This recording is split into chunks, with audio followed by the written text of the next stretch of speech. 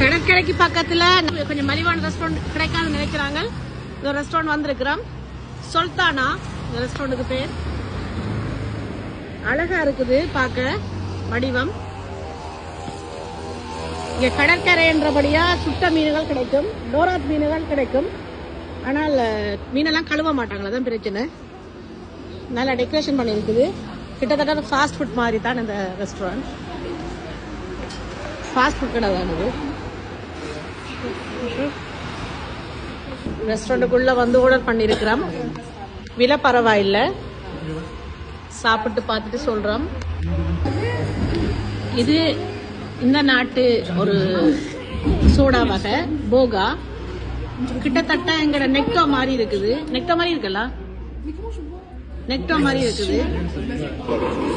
சண்டா நான் எடுத்திருக்கேன். போகா டேஸ்ட் பண்ணி பார்ப்போம். எடுத்தவ கிட்டத்தட்ட நெக்டோ மாதிரி இருக்குதான் போகா. இந்த நாட்டு சோடா வகை போகா. இது சூப் கரியனம்.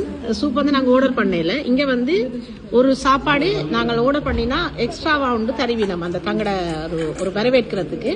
இன்னொரு ரெஸ்டாரண்ட்ல வேற சாப்பாடு தந்தவ. இங்க சூப்பை தருவினம். ஆனால் நல்லா இருக்கும். இந்த சூப் வித்தியாசமா இருக்கும். அந்த லவனுக்கு சரியா பிடிக்கும். இந்த சூப் சுடு லவன்.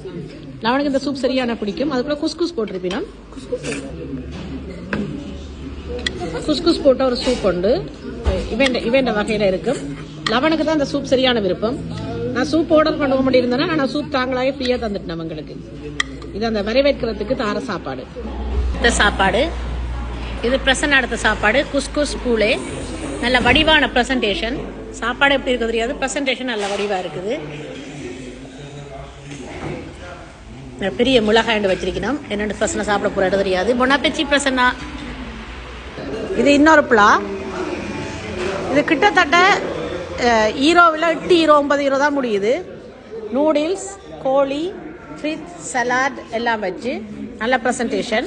இது லவன் எடுத்தவர் மெர்கேஸ், குஸ்குஸ், சோஸ், சலாட், ஃப்ரித் எல்லாம். இது நான் எடுத்த நான் டோராத் கிரியே, குஸ்குஸ்,